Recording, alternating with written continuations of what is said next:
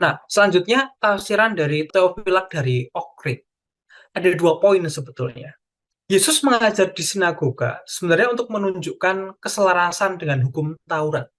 Nah, ini cukup penting bahwa dia datang masuk ke sinagoga orang Ibrani gitu ya. Dia tidak menentang hukum sebetulnya.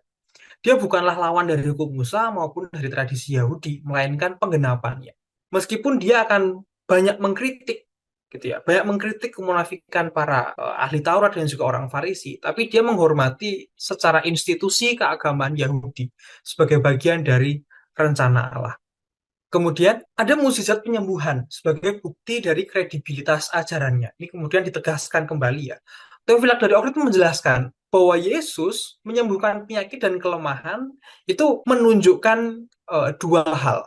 Untuk yang pertama memberikan dasar yang nyata bagi otoritas ajarannya.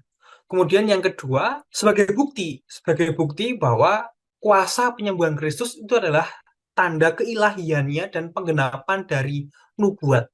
Sebab penyakit ataupun kelemahan yang dialami oleh umat masyarakat pada saat itu akhirnya disembuhkan. Jadi dengan menyembuhkan segala jenis penyakit, Yesus menunjukkan kuasanya yang universal sebetulnya atas segala penderitaan.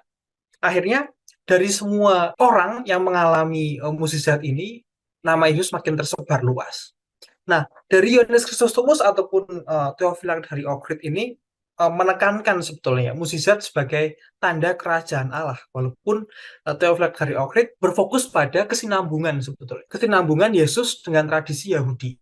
Dia tetap mengajar di sinagoga, menggunakan mukjizat itu sebagai alat untuk mengonfirmasi kuasa dia.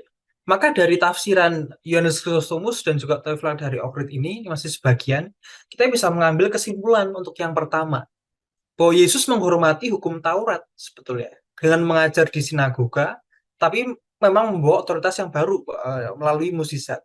Kemudian penyembuhannya yang dibawakan itu bersifat universal, sebab meliputi segala penyakit dan membuktikan bahwa dia adalah Mesias yang dijanjikan.